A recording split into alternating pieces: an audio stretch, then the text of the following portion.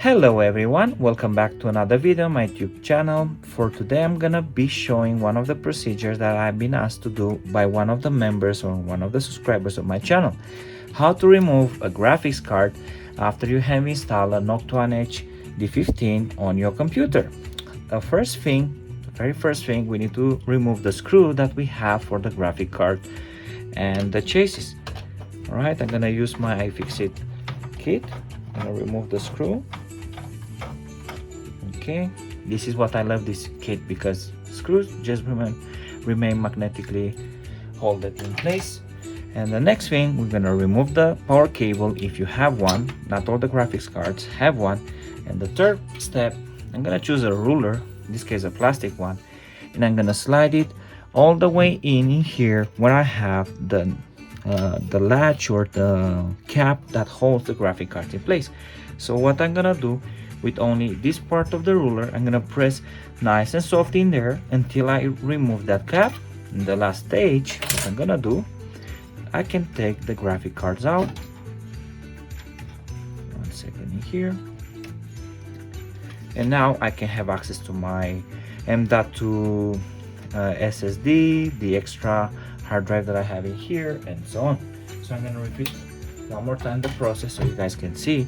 This is the latch that holds the graphic card in place.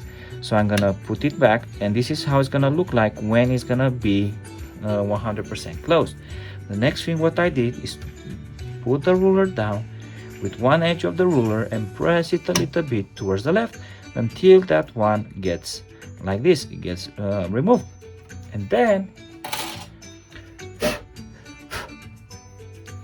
And then I can easily put the graphic cards back in the same place like before. So one of the advantages of this Noctua cooler is that although you might think that you're not gonna have access to it afterwards, is actually wrong. You can easily access your graphic card, and you don't have to remove the whole cooler just for doing graphic card replacement, or even the RAM stick. For the RAM stick, you just remove these coolers and then you have access to the RAM. Then I'm gonna put back the screw just like before. This is in place, the holding screw. One more time, I love the iFixit screwdrivers. They're really perfect for these kinds of jobs. And I'm gonna attach the power supply cable to this position, and that's it. I hope that you enjoyed this tutorial. Don't forget to put me a thumbs up to the video if you like it, and to subscribe to my channel for further videos. Until next time, ciao ciao.